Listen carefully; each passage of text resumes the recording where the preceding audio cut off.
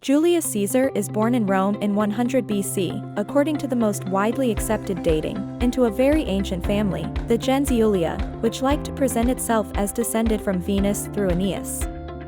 This isn't just aristocratic vanity, it's already a political marketing. Caesar understands very early that in Rome, power isn't made only of armies and votes, but of image, prestige, alliances, and public memory.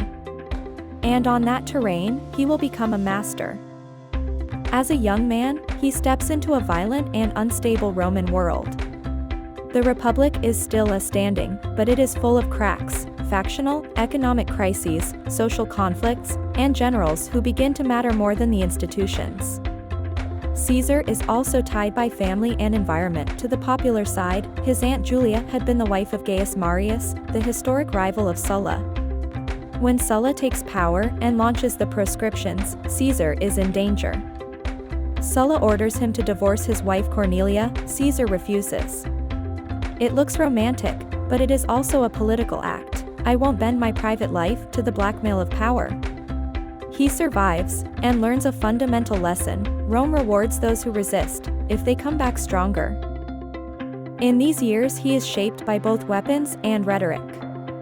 He serves in the East, trains his speech, persuasion, the ability to hold a crowd. One episode becomes legendary and reveals his character. During a journey he is captured by pirates. He behaves with almost offensive confidence, insists the ransom be higher, because he is worth more, and once freed he hunts them down, captures them, and has them executed. It's cruel, yes. But it's also a message. Caesar doesn't forget, Caesar punishes, Caesar controls his own fate. This ability to turn a personal event into a public myth will be constant. Back in Rome, he begins his rise through the cursus honorum, the traditional political career. Here his first great weapon appears: manufactured popularity. As quaestor and then aedile, Caesar spends enormous sums on games, spectacles, renovations, and events. He goes deep into debt, but it's an investment. In Rome people vote for those who represent them and who feed them with presence, grandeur, emotion. Caesar presents himself as a man of the people, without truly being one. He is an aristocrat who uses the masses with modern intelligence. At the same time, he builds networks in the Senate, among clients, and in the courts. He makes himself seen. He makes himself remembered. In 63 BC he pulls off a massive political win. He is elected Pontifex Maximus, head of Rome's public religion. It isn't just a spiritual title, social power, access, prestige, symbolic control. Once again, Caesar isn't merely accumulating offices, he's building an unavoidable image. In the same period, during Catilin's conspiracy, Caesar takes positions that make the hardest-line aristocrats suspicious. He opposes summary executions and calls for legal solutions. It isn't kindness, it's because he understands that once arbitrariness is accepted, it can strike anyone. And above all, he is already thinking about the future. After the praetorship and a stint in Spain as governor, he returns with an ambition now crystal clear: he wants the top. But in Rome no one reaches the top alone. And here comes the masterpiece of political marketing, applied to alliances, the first triumvirate, informal but immensely powerful, with Pompey and Crassus. 3 men, 3 forces. Pompey has military prestige, Crassus has wealth, Caesar has popularity and political skill. It's a machine. Favors, laws, protections are traded. In 59 BC Caesar becomes consul and pushes reforms that benefit his allies and his base. Then he wins what he truly needs: a long command full of opportunity in Gaul. From 58 to 50 BC Caesar does what makes him immortal: the Gallic War. Here his double nature is revealed: strategic genius and imperial ruthlessness. He conquers vast territories, defeats different peoples, faces coalitions, rebellions, emergencies. He runs lightning campaigns, builds bridges, crosses rivers, brings the legions where it seemed impossible. He is also a politician at war. Every victory isn't only military, it's a title, a story, a blow against the Senate.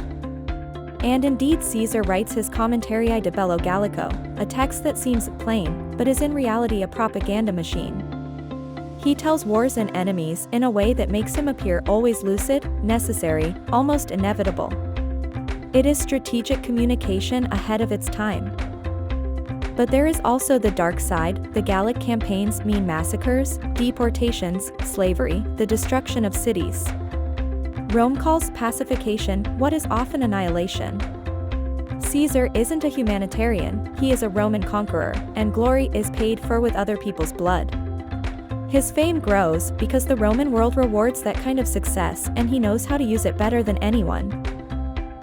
When the definitive political crisis opens in Rome, the Senate tries to cut him down to size. Caesar should disband his army and return as a private citizen. But he knows that without political protection he risks trials, revenge, ruin. And above all, he knows one thing: he has a loyal army. In 49 BC he performs the act that splits history. He crosses the Rubicon with his legions. It's a symbolic and illegal gesture. It means the civil war starts now. It isn't only ambition, it's the logical outcome of a system where generals have outgrown the state. The war against Pompey is swift and brutal. Caesar enters Italy, Pompey retreats, and the decisive clash comes at Pharsalus in 48 BC. Caesar wins against superior forces. Pompey flees to Egypt and is murdered. Caesar arrives and finds himself inside another game: Ptolemaic Egypt, Cleopatra, the Alexandrian War. The famous relationship with Cleopatra is born at once passion, political alliance, and propaganda scandal. Caesar presents himself as the arbiter of the Mediterranean, but his enemies in Rome fuel the idea that he is becoming an Eastern king, corrupted, seduced by luxury. After Egypt, Caesar continues. He wins in Asia Minor at Zela, the famous Veni, Vidi, Vici, then in Africa at Thapsus, 46 BC, against the last Pompeians, then in Spain at Munda, 45 BC. At that point he has no true rivals left. The Republic, in practice, is over even if its forms remain standing like a stage set. And here we are at the heart of the question: hero, dictator, or a genius of political marketing? The answer is all three in different proportions depending on who is looking. Caesar, once master of the situation, launches real reforms. He reorganizes provinces, fixes administration, tries to reduce some abuses, founds colonies for veterans and the poor, cuts part of the debt, works on censuses and distributions. And above all, he makes a reform we still touch today: the Julian calendar, which brings order to time itself. These are not in details, they are signs of a state that wants to function. But alongside the reforms, his personal power grows in a way that alarms the Roman elite. He receives extraordinary honors, statues, titles, and finally the thing that frightens everyone: Dictator perpetuo, dictator for life. In Rome, king is a toxic word. Even if Caesar formally avoids monarchy, many see a clear fact: he is concentrating everything on himself. Moreover, the Senate is expanded and filled with loyalists. For some it is modernization, for others, the hollowing out of the Republic. Even his famous clementia, forgiving enemies, is ambiguous. Is it humanity, or a strategy to appear superior, indispensable, almost divine? Probably both. His political marketing reaches its peak here. Caesar knows how to use every gesture as a message: triumphal marches, celebrations, public works, games, the narrative of the pacifier, the myth of his divine origin. In practice, he builds a brand, Caesar as Rome's destiny.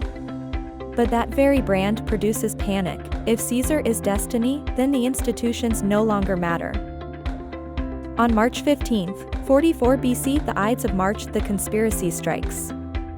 A group of senators, including Brutus and Cassius, decides to kill him to save the Republic. They attack him during a meeting near Pompey's theater. It is a ritual political assassination: many blows, many hands, a collective gesture meant to say, this isn't personal revenge, it's a public act. But here lies the tragic irony: they kill the man to save the Republic, and they get the opposite. Because Caesar leaves behind an enormous vacuum. After his death, Rome doesn't become free again, it plunges into new civil wars. His name becomes a banner. His adopted heir, Octavian, will use Caesar's legacy to build an even more stable and definitive power, the empire. In a sense, Caesar's assassination is the final act of a republic that no longer knows how to defend itself. Why is Caesar still remembered today? Because he is a turning point in world history. He is remembered for military genius, for reforms, for the ability to write and narrate himself, for symbolic impact. His name becomes a title. Caesar gives rise to Kaiser, Tsar. He changed the way the West thinks about power, propaganda, and the state. But he is also remembered for what he did wrong: bloody wars of conquest, enormous personal ambition, the systematic erosion of republican balances. If you look at him from a traditional Roman point of view, Caesar is the man who broke the republic's unwritten pact. If you look at him from the perspective of imperial efficiency, he is the man who understood that the system could no longer hold and replaced it with centralized power. In the end, Caesar is a paradox, a man who wanted greatness for Rome and for himself, and achieved both, but by opening a wound Rome would never close in the way it had before. And perhaps that is the true secret of his fascination: he isn't a statue. He is a living question. And every age, looking at him, answers differently.